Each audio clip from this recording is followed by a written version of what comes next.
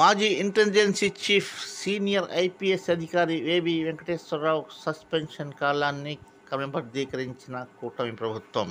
ఆంధ్రప్రదేశ్లో మాజీ intelligence chief senior IAS అధికారి అయిన ఏబీ వెంకటేశ్వరరావుకు కూటమి ప్రభుత్వం మరో గుడ్ న్యూస్ చెప్పింది.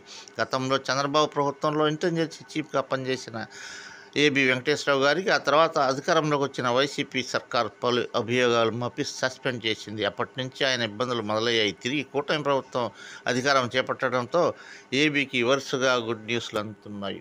విపక్షాలపై నిఘా పెట్టేందుకు ఇజ్రాయెల్ నుంచి నిఘా పరికరాలు కొనుగోలు చేసేందుకు ప్రయత్నించారంటూ ఆంధ్రప్రదేశ్ ఏబీ వెంకటేశ్వరరావుపై గత వైసీపీ ప్రభుత్వం అభియోగాలు మోపి సస్పెండ్ చేసింది. కోర్టులో ఊరట లభించినా తిరిగి సస్పెండ్ చేసింది. దీంతో సస్పెన్షన్ కాలంలో ఆయన చెల్లించాల్సిన జీతభత్యాన్ని కూడా నిలిపివేసింది. ఆ తర్వాత సుప్రీంకోర్టు వరకు వెళ్ళి ఆయన క్లీన్ చిట్ తెచ్చుకున్నారు. ఆ తర్వాత ఆయన సస్పెన్షన్ ఉన్న కాలంలో జీతభత్యాలు చెల్లించాల్సి ఉండగా వాటిని కూడా చెల్లించకుండా ఆలస్యం చేశారు. తాజా కూటమి ప్రభుత్వం అధికారంలోకి వచ్చి రాగానే ఏబీ వెంకటేశ్వరరావు వ్యవహారంలో జరిగిన తప్పిదాలను సవరించడం ప్రారంభమైంది. ఇందులో భాగంగా ఇప్పటికే ఆయన్ను గత వైసీపీ ప్రభుత్వం నమోదు చేసిన అభియోగ కాలాన్ని కూటమి సర్కార్ ఉపసంహరించుకుంది.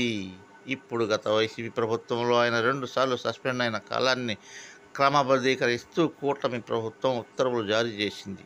దీంతో ఆయనకు అప్పట్లో సస్పెన్షన్ కాలంలో బకాయి ఉన్న జీతభత్యాన్ని చెల్లించబోతున్నారు. సస్పెన్షన్ వేటు పడకపోతే ఆయనకు ఎంత ఇస్తారో అంత మొత్తాన్ని లెక్కగట్టి చెల్లించనున్నారు.